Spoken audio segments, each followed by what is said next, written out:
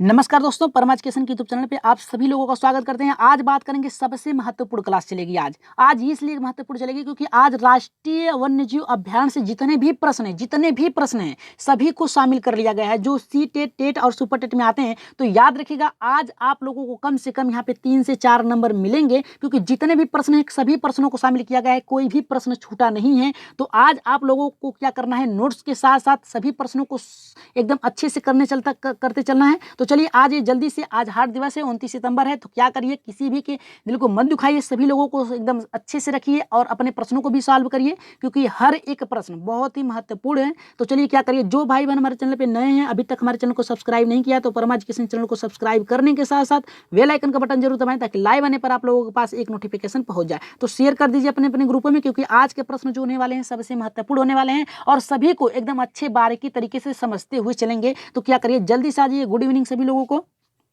जी, good evening सभी लोगों को, आ जाइए जल्दी से, गुड इवनिंग।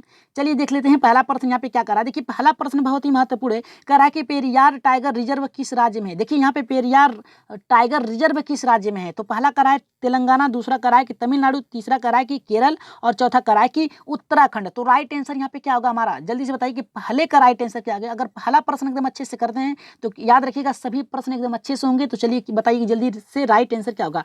पहला होगा तेलंगाना, दूसरा तमिलनाडु, तीसरा कह रहा है कि केरल, चौथा कह रहा है कि उत्तराखंड। जी, इसका राइट आंसर जो जाएगा हमारा यहाँ पे तीसरे के साथ जाएगा, केरल के साथ जाएगा। यहाँ पे पेरियाना टाइगर रिजर्व जो राज्य है ये आपके केरल राज्य में पड़ता है। चलिए आगे बढ़ते हैं, दूसरे प्रश्न पे देख लेते हैं। दूसरा प्रश्न यहाँ पे क्या कर रहा है, दूसरा प्रश्न भी बहुत ही महत्वपूर्ण है। जी, देख लेते हैं दूसरा प्रश्न क्या कर रहा है। सभी लोग एक बार जल्दी से शेयर कर दीजिए अपने अपने ग्रुप में ताकि जो लोग नहीं आ पाए हैं जल्दी से आ जाएं। चलिए दूसरा प्रश्न देख लेते हैं। दूसरा प्रश्न क्या कर रहा है कि सबरीमाला एक हिंदू तीर्थ क्षेत्र है, यह किस बाघ अभ्यारण्य क्षेत्र के लिए जाना जाता है। देखिए सबरीमाला जो है एक तीर्थ स्थल भी है, हिंदू तीर्थ स्थल भी है, यह जो है बाघों के अभ्यारण्य के लिए भी जाना जाता है, लेकिन किस क्षेत्र में है। तो पहला करा कि बांदीपुर में है, दूसरा करा कि कान्हा में है, तीसरा करा कि पेरियार में है और चौथा करा कि पन्ना में। तो राइट आंसर क्या होगा, जल्दी से बताइए, इसका राइट आंसर होगा हमारा जी, राइट आंसर क्या होगा। देखिए ये जो हमारा सबरीमाला जो पड़ता है, हमारा यहाँ पे जो सबरीमाला जो एक हिंदू तीर्थ स्थल है, ये आपका जो पड़ेगा केरल राज्य में पड़ेगा। ठीक है, केरल राज्य के तिरुवनंतपुरम में पड़ता है। तो लेकिन ये अब है कहाँ, किस राज्य में है, किस राज्य के किस जिले में है। तो ये आपका जो राइट आंसर जाएगा यहाँ पे हमारा तीसरे के साथ जाएगा, पेरियार में जाएगा। याद रखिएगा पेरियार में जाएगा। इसमें सबरीमाला केरल की राजधानी तिरुवनंतपुरम के पश्चिमी घाट में है। कहाँ है, याद रखिएगा पश्चिमी घाट में है। और इसकी विशेषता क्या है कि ये पेरियारा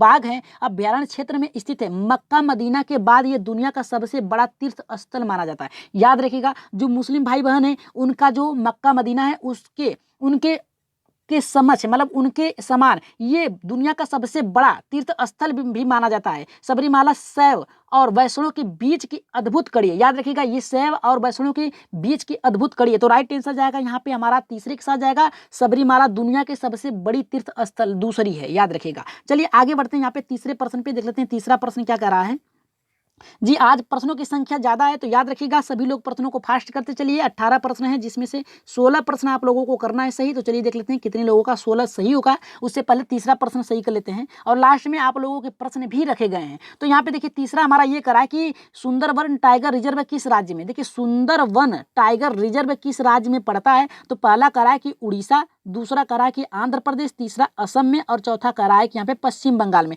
तो राइट आंसर होगा हमारा, जल्दी से बताइए कि राइट आंसर यहाँ पे हमारा तीसरे का क्या होगा।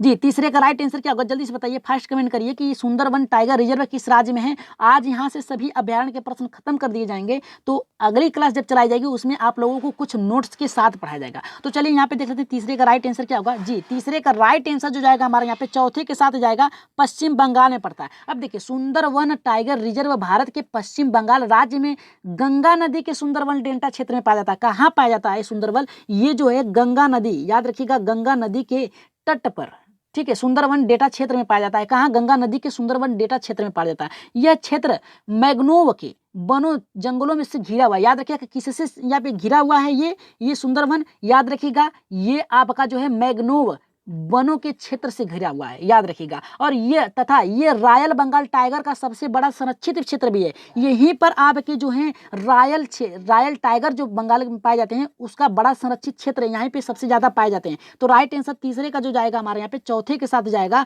आगे बढ़ते हैं यहाँ पे चौथे प्रश्न पे। देख लेते हैं चौथा हमारा यहाँ पे क्या करा है। चौथा भी बहुत ही महत्वपूर्ण प्रश्न है कि एशियाई काले भालू और हिम तेंदुए, हिम में से ये होता है जहाँ पर अधिक यहाँ पे बर्फबारी होती है। तो एशियाई काले भालू और हिम क्षेत्र निम्नलिखित स्थानों में पाए जाते हैं। किस स्थान में पाए जाते हैं? पहला करा कि सुंदरवन राष्ट्रीय उद्यान, और यहाँ पे दूसरा करा कि नंदा देवी और फूलों की घाटी राष्ट्रीय उद्यान, और यहाँ पे तीसरा करा है कि केवला देवी राष्ट्रीय उद्यान, चौथा करा है कि मानस वन्य जीव अभ्यारण्य। तो राइट आंसर यहाँ पे क्या होगा, जल्दी से बताइए कि राइट आंसर यहाँ पे हमारा होगा। जी राइट आंसर बताइए कि चौथे का हमारा राइट आंसर क्या होगा। इसका राइट आंसर जो जाएगा हमारा यहाँ पे दूसरे के साथ जाएगा, नंदा देवी और फूलों की घाटी राष्ट्रीय उद्यान के साथ जाएगा। दूसरे के साथ जाएगा एशियाई काले भालू और हिम तेंदुए, इसी स्थान पे पाए जाते हैं। अब देखिए नंदा देवी और फूलों की घाटी राष्ट्रीय उद्यान जो है, ये जो राष्ट्रीय उद्यान है ये उत्तराखंड के राज्य में, अगर फूलों की घाटी दे दिया तो आप याद रखिएगा फूलों की घाटी किसे कहा जाता है, तो उत्तराखंड राज्य को कहा जाता है। ठीक है, पहले उत्तराखंड उत्तर प्रदेश में था स्थित है। यहाँ एशियाई काले भालू और हिम तेंदुए पाए जाते हैं। अब नंदा देवी जैव आरक्षित क्षेत्र को यूनेस्को द्वारा, याद रखिएगा इसको कब यहाँ पे मान्यता मिली थी, तो 1988 में इसको मान्यता मिली थी। याद रखिएगा 1988 विश्व धरोहर सूची में शामिल कब किया गया था, अगर पूछ दिया जाए तो याद रखिएगा विश्व धरोहर यहाँ पे में शामिल किया गया था 2005 में। याद रखिएगा 2005 में शामिल किया गया था, और इस सूची के तहत इसे फूलों की घाटी भी विस्तारित किया गया था। तो राइट आंसर यहाँ पे जाएगा हमारा, यहाँ पे दूसरे के साथ जाएगा। आगे बढ़ते हैं अपने जो पांचवें प्रश्न पे, देख लेते हैं पांचवा प्रश्न यहाँ पे क्या करा है।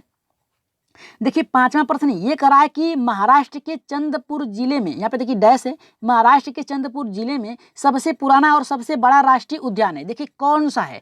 पहला यहाँ पे करा है कि तबोबा अंधारी बाग प्रोजेक्ट, दूसरा करा है कि बांदीपुर राष्ट्रीय उद्यान, और यहाँ पे तीसरा करा है कि बांधवगढ़ राष्ट्रीय उद्यान, और चौथा करा है कि यहाँ पे कि दांडेली वन्य जीव अभ्यारण्य। तो राइट आंसर यहाँ पे पांचवें का हमारा क्या होगा, जल्दी से बताइए कि राइट आंसर होगा महाराष्ट्र और चंद्रपुर जिले। महाराष्ट्र के चंद्रपुर जिले में पुराना और सबसे बड़ा राष्ट्रीय उद्यान कौन सा है, महाराष्ट्र में सबसे बड़ा और पुराना राष्ट्रीय उद्यान कौन सा है। देखिए यहाँ पे तबोड़ा, यहाँ पे अंधारी बाग प्रोजेक्ट करा है, दूसरा बांदीपुर जो कि हमारा गलत है, बांदीपुर नहीं होगा, बादगढ़ ये भी नहीं होगा, यहाँ पे दंडोली वन्य जीव अभ्यारण्य ये केरल में है। तो राइट आंसर जाएगा हमारा यहाँ पे सीधे सीधे पहले के साथ जाएगा। याद रखिएगा पहले के साथ जाएगा। तबोड़ा अंधारी बाग अभ्यारण्य भारत में यहाँ पे महाराष्ट्र के चंद्रपुर जिले में स्थित है। एक बाघ आरक्षित क्षेत्र है, ये देखिए ये जो है एक बाघ आरक्षित क्षेत्र है, आरक्षित क्षेत्र है। इसमें क्या होता है, यह महाराष्ट्र के सबसे पुराने और सबसे बड़े राष्ट्रीय उद्यान उल्लेखनीय है। यह भारत के 50 प्रोजेक्ट टाइगरों में से एक है। याद रखिएगा सबसे महत्वपूर्ण बात यह है कि महाराष्ट्र के यहाँ पे चंद्रपुर जिले में जो सबसे पुराना जो अभ्यारण्य पाया जाता है ये कौन से स्थान पे है, तो याद रखिएगा भारत के ये जो है उल्लेखनीय जो 50 यहाँ पे याद रखिएगा 50 उल्लेखनीय टाइगरों में से एक है। यहाँ पे सबसे अधिक टाइगर पाए जाते हैं 50वें में। तो राइट आंसर यहाँ पे जाएगा पहले के साथ जाएगा। आगे बढ़ते हैं छठे प्रश्न पे, देख लेते हैं छठा प्रश्न यहाँ पे क्या करा है। देखिए केवला देवी राष्ट्रीय उद्यान में स्थित है, क्या स्थित है, कर्नाटक में स्थित है, मध्य प्रदेश में, यहाँ पे महाराष्ट्र में या फिर राजस्थान में। तो राइट आंसर हमारा क्या होगा, जल्दी से बताइए कि राइट आंसर यहाँ पे छठे का हमारा क्या होगा। जी छठे का राइट आंसर यहाँ पे देखिए केवला देवी, हमने पहले ही आप लोगों को जब मैराथन क्लास चलाया था तो उसमें बता दिया था कि ये जाएगा ऑप्शन आपके राजस्थान के साथ जाएगा। राइट आंसर होगा हमारा यहाँ पे चौथा होगा, क्योंकि केवला देवी राष्ट्रीय उद्यान भारत के राजस्थान में स्थित एक विख्यात पक्षी अभ्यारण्य है। ये किसके लिए जाना जाता है, तो याद रखिएगा ये पक्षियों के लिए जाना जाता है। ठीक है, पक्षियों के लिए इसके पहले भरतपुर पक्षी विहार के नाम से जाना जाता था। याद रखिएगा केवला देवी राष्ट्रीय उद्यान है इसे पहले किस नाम से जाना जाता था, तो याद रखिएगा इसे भरतपुर यहाँ पे पक्षी अभ्यारण्य के नाम से जाना जाता था। तो ये कहाँ पे स्थित है, तो ये याद रखिएगा ये राजस्थान में स्थित है। चौथा हमारा राइट आंसर होगा। आगे बढ़ते हैं यहाँ पे सातवें प्रश्न पे, देख लेते हैं सातवां प्रश्न हमारा यहाँ पे क्या कर रहा है। सातवां प्रश्न भी बहुत ही अच्छा है, अभी देखिए ऊपर पढ़ा है तो ये बता दीजिएगा किस लिए है यहाँ पे। तो यहाँ पे देखिए करा है कि यहाँ पे राजस्थान के केवला देवघाना राष्ट्रीय उद्यान को पहले किस नाम से जाना जाता था। देखिए ऊपर ही आप लोगों ने पढ़ा है तो इसे गलत मत करिए, ऊपर ही हमने बता दिया है। तो अब इसे आप लोग गलत नहीं करेंगे, क्योंकि यहाँ पे देखिए हमारा करा है कि राजस्थान केवला देवघाना राष्ट्रीय उद्यान किसके लिए किस नाम से जाना जाता था पहले। तो पहला करा कि सलीमपुर अली पक्षी अभ्यारण्य, दूसरा करा कि यहाँ पे खिजादिया पक्षी अभ्यारण्य, तीसरा करा कि भरतपुर पक्षी अभ्यारण्य, चौथा करा कि मयानी पक्षी अभ्यारण्य। तो इसका राइट आंसर क्या होगा, पहला होगा, दूसरा होगा, तीसरा होगा या फिर चौथा। कौन से ऑप्शन पे जा रहे हैं, 1 2 3 या फिर 4, कौन से ऑप्शन पे जा रहे हैं, जल्दी से फास्ट कमेंट करिए कि सातवें का राइट आंसर होगा। जी, सातवें का राइट आंसर क्या होगा? देखिए सातवें का राइट आंसर जाएगा, आप लोगों ने ऊपर ही पढ़ा है कि इसका राइट आंसर जाएगा यहाँ पे भरतपुर के साथ जाएगा। भरतपुर पक्षी अभयारण्य के नाम से ये पहले जाना जाता था, अब केवला देवी घाना राष्ट्रीय उद्यान के नाम से जाना जाता है, जो कि राजस्थान राज्य में है। ठीक है, अब इसमें क्या है याद रखिएगा, इसे मान्यता मिली थी, आप लोगों को ऊपर ही बता दिया है कि 1971 में इसे मान्यता मिली थी। ठीक है, अब देखिए जो केवला देवी राष्ट्रीय उद्यान है, याद रखिएगा जो केवला देवी राष्ट्रीय उद्यान यहाँ पे भारत के राजस्थान में स्थित एक विख्यात पक्षी अभ्यारण्य है। इसको पहले भरतपुर पक्षी विहार के नाम से जाना जाता था। इसको 1971 में, याद रखिएगा 1971 में पक्षी संरक्षित अभ्यारण्य घोषित किया गया था। और इसके बाद इसे 1900 याद रखिएगा 1985 में इसे विश्व धरोहर भी घोषित कर दिया गया था। तो याद रखिएगा 1971 में इसे पक्षी अभ्यारण्य संरक्षित घोषित किया गया था और 1985 में इसे विश्व धरोहर घोषित कर दिया गया था। तो ये कहाँ पे है? तीसरे नंबर हमारा राइट आंसर का यहाँ पे भरतपुर पक्षी अभ्यारण्य। अब आगे बढ़ते हैं, यहाँ पे 8वें प्रश्न पे देख लेते हैं। 8वां प्रश्न क्या कर रहा है? आज प्रश्नों को फटाफट करते चलेंगे क्योंकि प्रश्नों की संख्या ज्यादा है। तो यहाँ पे सिमलीपाल टाइगर रिजर्व किस राज्य में? देखिए सिमलीपाल, कुछ तो प्रश्न ऐसे हैं जो आप लोगों ने पहली बार देखा होगा, लेकिन हर एक प्रश्न जो आप लोगों को इंपॉर्टेंट लगे, महत्वपूर्ण लगे, ठीक है, महत्वपूर्ण लगे उसे आप लोग क्या करिए, नोट्स बना लीजिए। ठीक है, तो यहाँ पे देखिए हमारा ये कह रहा है कि यहाँ पे सिमलीपाल टाइगर रिजर्व किस राज्य में है। तो अब इसे हम लोग देखते हैं। देखिए यहाँ पे बात क्या है, सिमलीपाल राष्ट्रीय उद्यान कहाँ पे है? तो पहला करा कि महाराष्ट्र, दूसरा करा है आंध्र प्रदेश, तीसरा छत्तीसगढ़, चौथा करा है कि उड़ीसा में। तो अब ये बताइए कि यहाँ पे देखिए एक बार बता दें कि जो सिमलीपाल टाइगर अभ्यारण्य है इसे कब यूनेस्को ने मान्यता दिया था? 2009 में इसे यूनेस्को ने मान्यता दे दिया था। ठीक है, लेकिन हमारा आंसर क्या होगा ये बताइए कि पहला सही होगा, दूसरा, तीसरा, चौथा कौन से राज्य में है? जी राइट आंसर जाएगा यहाँ पे चौथे के साथ जाएगा, यहाँ पे उड़ीसा के साथ जाएगा। सिमलीपाल राष्ट्रीय उद्यान जो है ये शिमला कि उड़ीसा मयूरभंज, याद रखिएगा मयूरभंज राज्य में है। याद रखिएगा मयूरभंज जिले में है, सॉरी राज्य में नहीं, जिले में स्थित है। ये सिमलीपाल कुंडिहा हादगढ़ हाथी रिजर्व जिसे मयूरभंज, यानी देखिए यहाँ पे हाथियों का झुंड जो होता है उसके लिए जाना जाता है और रिजर्व के नाम से जाना जाता है। एलिफेंट रिजर्व के नाम से जाना जाता है, याद रखिएगा। और यह एक भाग है, किसका भाग है? राजस्थान का भाग है। यह 3 संरक्षित क्षेत्र सिमलीपाल टाइगर रिजर्व, हागड़गढ़ वन्यजीव सेंचुरियल और हल्दिया वन्यजीव संचय के नाम से भी जाना जाता है। ये सन 1909 में यूनेस्को द्वारा मान्यता प्राप्त इसको मिल गया था। ठीक है, वैश्विक जैव मंडल रिजर्व के तहत संरक्षित मिला था। किसके तहत मिला था? वैश्विक जैव मंडल रिजर्व के तहत आरक्षित मिला था। तो राइट आंसर यहाँ पे जाएगा, यहाँ पे चौथे के साथ जाएगा। आगे बढ़ते हैं, यहाँ पे 9वें प्रश्न पे देख लेते हैं। 9वां प्रश्न देखिए, ये प्रश्न आ सकता है क्योंकि ये प्रश्न 2 बार आया है सीटेट में, तो याद रखिएगा, इसे गलत मत करिएगा। अब हम बात करेंगे यहाँ पे देखिए कि अन्नामलाई टाइगर रिजर्व किस राज्य में है? पहला करा है तेलंगाना, दूसरा करा है कि मध्य प्रदेश, तीसरा करा है तमिलनाडु और चौथा करा है कि केरल। तो राइट आंसर यहाँ पे हमारा क्या होगा? जल्दी से बताइए कि राइट आंसर होगा हमारा कौन से ऑप्शन पे जा रहे हैं? तेलंगाना पे जा रहे हैं, मध्य प्रदेश में जा रहे हैं, तमिलनाडु या फिर केरल में? कौन सा ऑप्शन सही होगा? जल्दी से बताइए कि कौन सा ऑप्शन आपका सही जा रहा है। जी राइट आंसर क्या होगा? जल्दी से बताइए कि 9वें का राइट आंसर। जी 9वें का राइट आंसर जाएगा हमारा यहाँ पे तमिलनाडु के साथ जाएगा। याद रखिएगा इंदिरा गांधी वन्यजीव अभ्यारण्य और, ठीक है, यहाँ पे देखिए इंदिरा गांधी वन्यजीव अभ्यारण्य और राष्ट्रीय उद्यान अन्नामलाई टाइगर, जिसे हम इंदिरा गांधी के नाम से भी जाना जाता है, तमिलनाडु के राज्य कोयम्बटूर जिले में है। याद रखिएगा कहाँ पे है? कोयम्बटूर राज्य में पाया, कोयम्बटूर तालुका में पाया जाता है। और इसके बता दें कि 108 वर्ग किलोमीटर में स्थित है। ये कितने किलो वर्ग में स्थित है? 108 किलोमीटर के क्षेत्र में फैला हुआ है, जो कि यह राष्ट्रीय उद्यान यहाँ पे 958 वर्ग किलोमीटर में है और इंदिरा गांधी वन्यजीव अभ्यारण्य का महत्वपूर्ण क्षेत्र है, जिसे अन्नामलाई वन्यजीव अभ्यारण्य कहा जाता है। इसे 1974 में अभ्यारण्य के रूप में जाना जाता था। कब यहाँ पे इसको मान्यता मिली थी? 1900, याद रखिएगा 1974 में इसे यहाँ पे मान्यता यूनेस्को द्वारा मिला था। यूनेस्को जो होता है सभी धरोहरों को क्या करता है? सूचियों में शामिल करता है, उसी का नाम है यहाँ पे यूनेस्को। और उसका कार्य है कि कौन सा धरोहर है, किसे कहाँ पे रखा जाता है। तो राइट आंसर जो गया था हमारे यहाँ पे तमिलनाडु के साथ गया था, तीसरे के साथ गया था। आगे बढ़ते हैं, यहाँ पे 10वें प्रश्न पे देख लेते हैं। 10वां प्रश्न यहाँ पे क्या कर रहा है?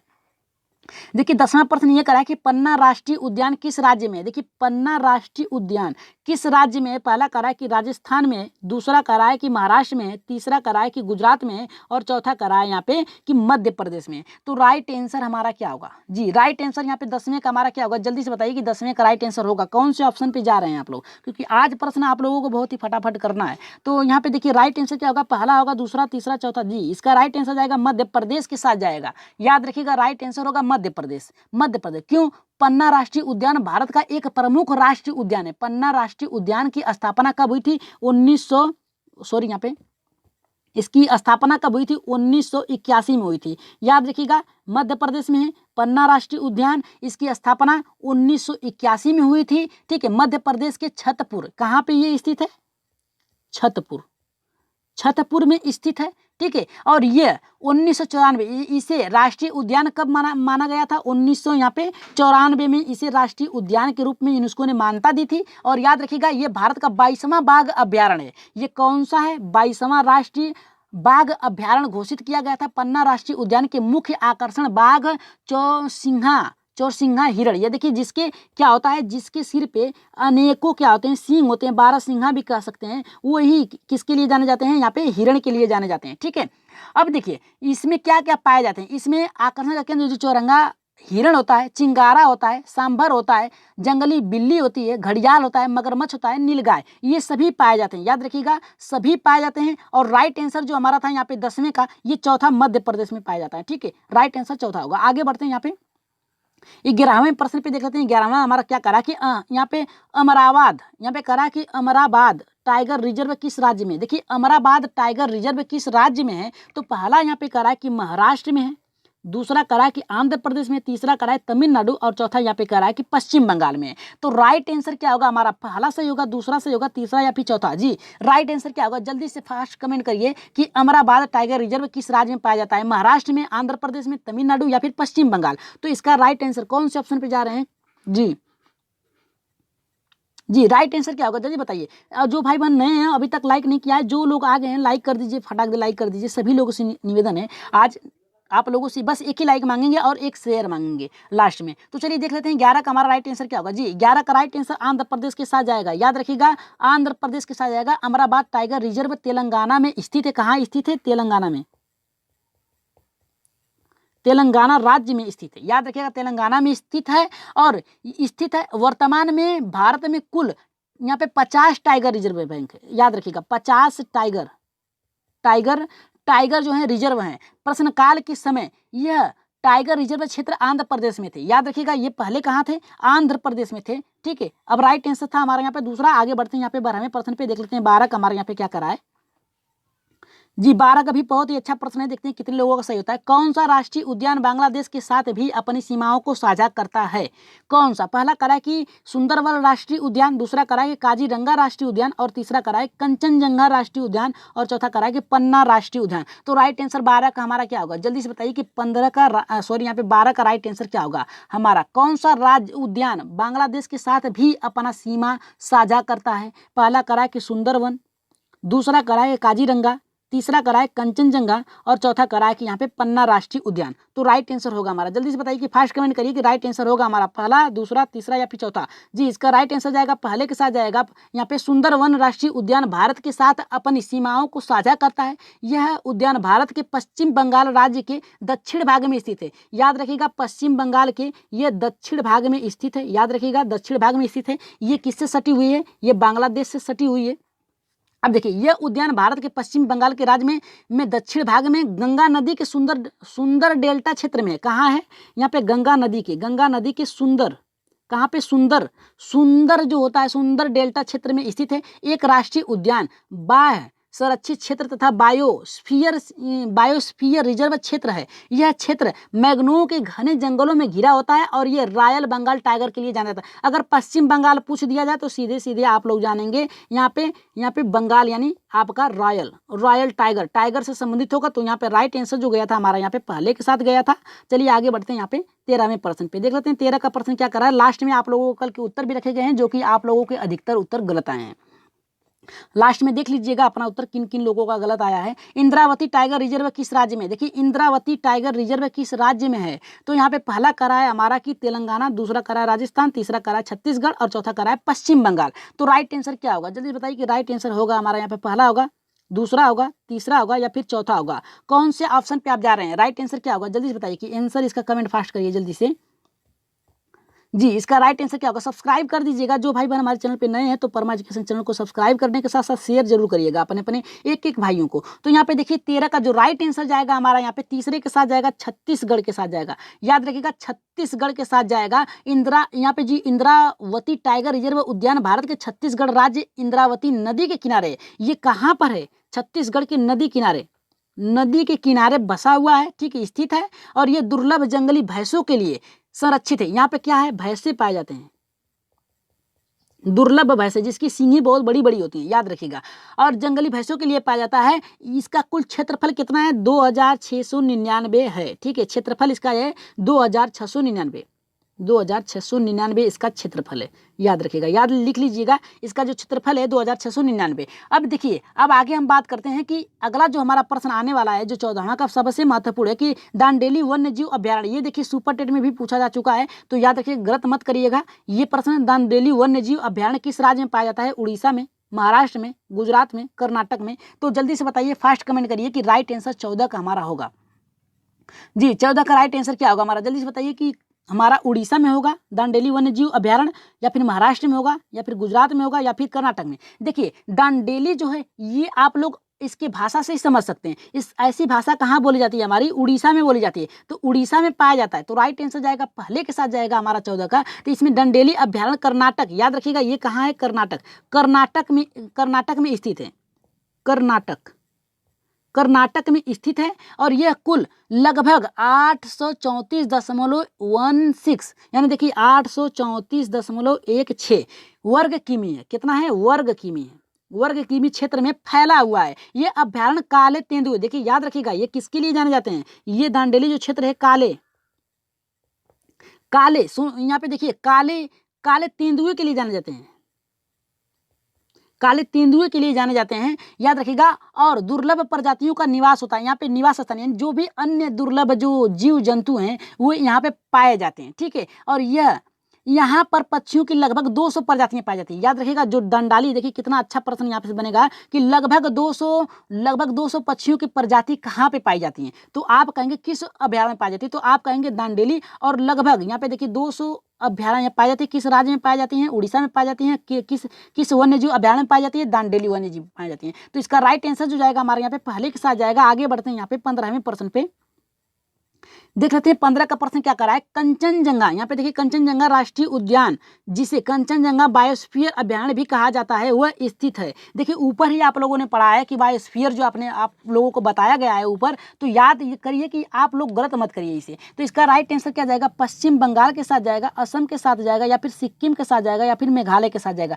राइट आंसर क्या होगा, पहला होगा, दूसरा, तीसरा या फिर चौथा। जी, राइट आंसर होगा हमारा कंचनजंगा राष्ट्रीय उद्यान जिले कंचनजंगा बायोस्फीयर अभ्यारण्य में कहाँ स्थित है, वह किस राज्य में स्थित है। पहला करा है हमारा कि पश्चिम बंगाल, दूसरा असम, तीसरा करा है सिक्किम और चौथा करा है कि मेघालय। तो राइट आंसर हमारा क्या होगा, जल्दी से बताइए कि राइट आंसर होगा हमारा यहाँ पे 15 का राइट आंसर कितने लोगों का सही हो रहा है। जी, ये सिक्किम में स्थित है, याद रखिएगा सिक्किम में स्थित है। और अगली क्लास जब चलाई जाएगी आप लोगों की, उसमें आप लोगों को ट्रिक के साथ बताया जाएगा। मात्र 6 से 7 मिनट में आप लोगों को कवर करा दिया जाएगा। पहले प्रश्नों को सॉल्व कर लेते हैं। अभी 18 प्रश्न यहाँ पे है, तो यहाँ पे देखिए राइट आंसर जो जाएगा हमारा यहाँ पे तीसरे के साथ जाएगा। वर्ष 1977 में, याद रखिएगा 1977 में कंचनजंगा राष्ट्रीय उद्यान की स्थापना हुई थी, सिक्किम में की गई थी। कहाँ की गई थी, सिक्किम में किया गया था 1977 में। कंचनजंगा, याद रखिएगा कंचनजंगा राष्ट्रीय उद्यान का निर्माण किया गया था। और याद रखिएगा इसे उत्तरी जिले में 850 वर्ग किलोमीटर क्षेत्र में फैला था। कितने वर्ग क्षेत्र में फैला था, 850 वर्ग क्षेत्र में फैला था ये,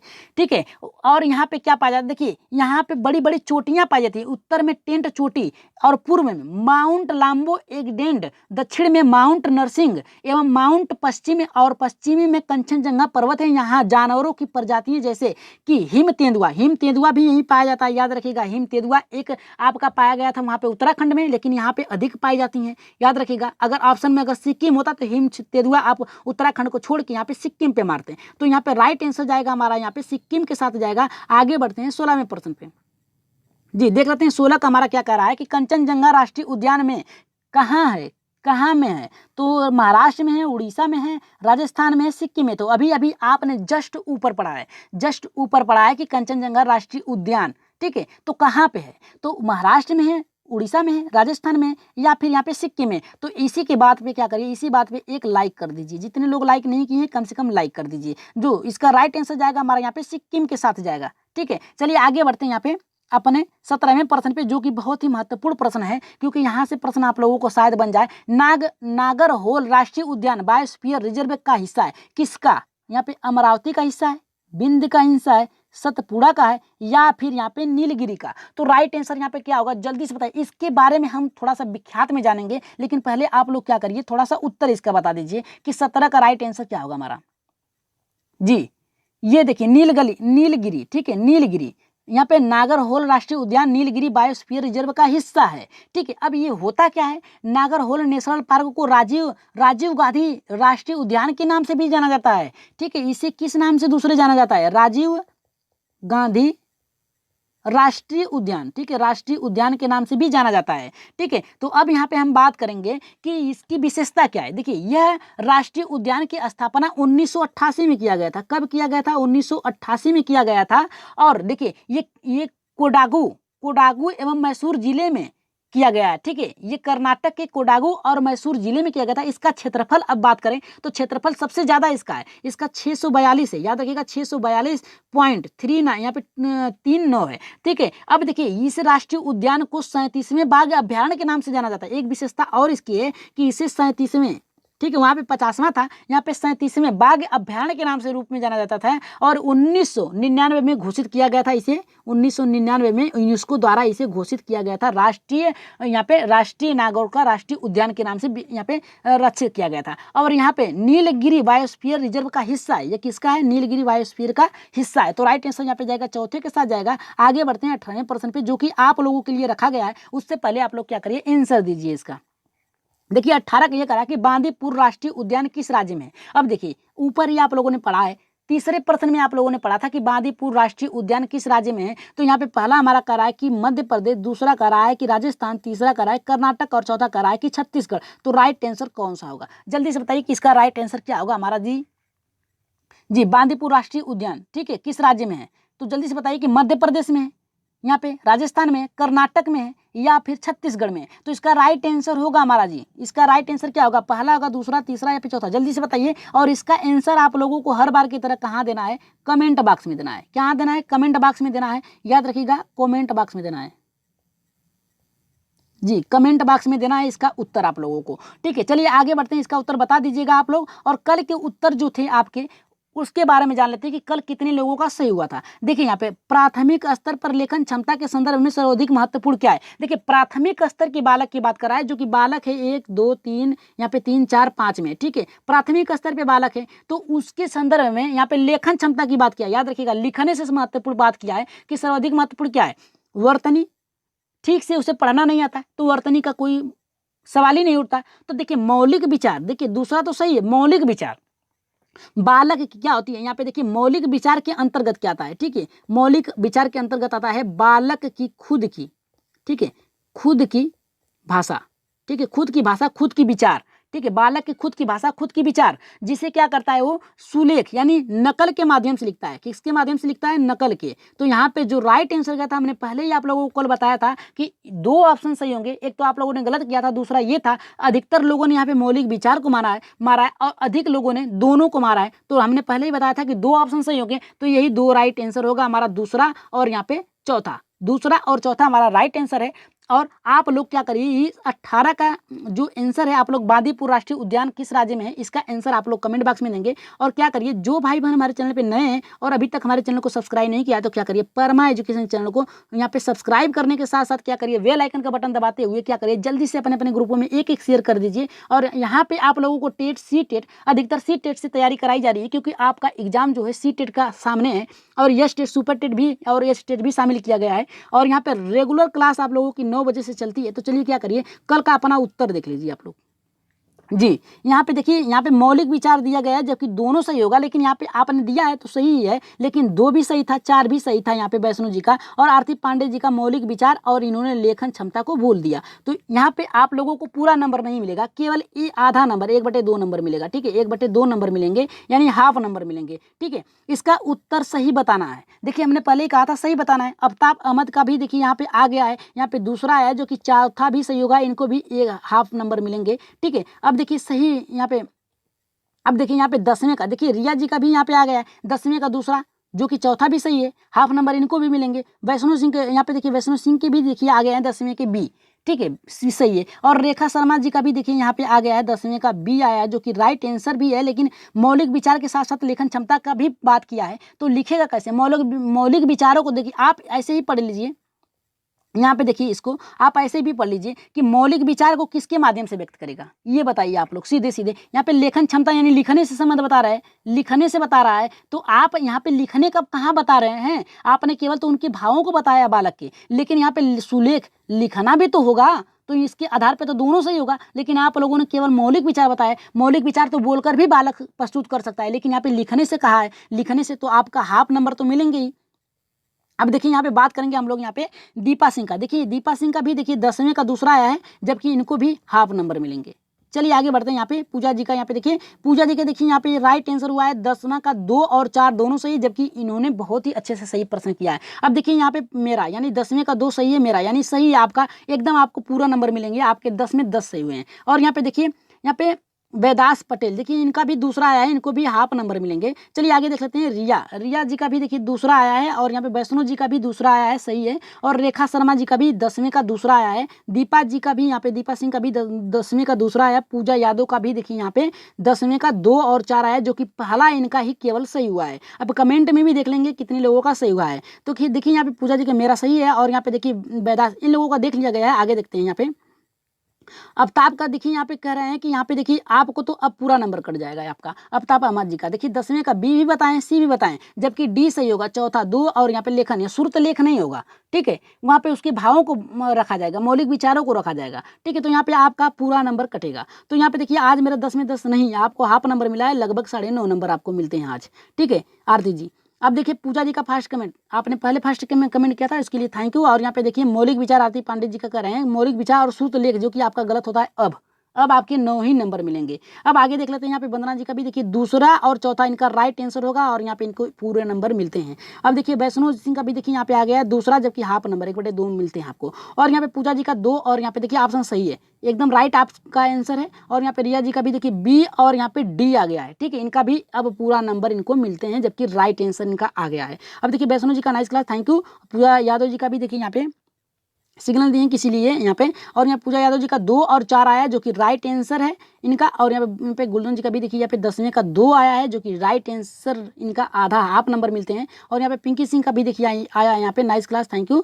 और अब आगे बढ़ते हैं। यहाँ पे पिंकी जी का यहाँ पे 10वें का 2 आया है, जो कि हाफ नंबर मिलेंगे। और यहाँ पे देवेंद्र ऑनलाइन सेवा, इन्हें कितने बजे क्लास चलती है? रेगुलर अपने टाइम पे, निर्धारित टाइम पे ही चलती है, 9 बजे। ठीक है, 9 बजे PM रात में चलती है, रात में 9 बजे। ठीक है चलती है। आप फिर रेगुलर आइए और क्लास में आप बने रहिए। यहाँ पे देखिए उत्तर नीचे दिए गए हैं, लेकिन आप लोगों को उत्तर 18 का बताना है कि 18 का उत्तर क्या होगा हमारा, क्योंकि आप लोगों के उत्तर जो हैं 2 दिन से बहुत ही गलत आ रहे हैं। तो बादीपुर राष्ट्रीय उद्यान किस क्षेत्र में है, किस राज्य में है? तो यहाँ पे मध्य प्रदेश, राजस्थान, कर्नाटक या फिर छत्तीसगढ़ में है। तो इसका उत्तर आप लोग क्या करेंगे, सही उत्तर आप लोग क्या करेंगे, कमेंट बॉक्स में देंगे। तो आज की क्लास आप लोगों को कैसी लगी? अगली क्लास जो चलाई जाएगी यहाँ पे अभ्यारण्य से, वो आप लोगों को ट्रिक के माध्यम से पढ़ाई जाएगी, मात्र 5 मिनट में खत्म कर दिया जाएगा। तो ज़्यादा से ज़्यादा शेयर कर दीजिए आप लोग अपने ग्रुपों में। तो आज के लिए इतना ही, धन्यवाद, गुड नाइट।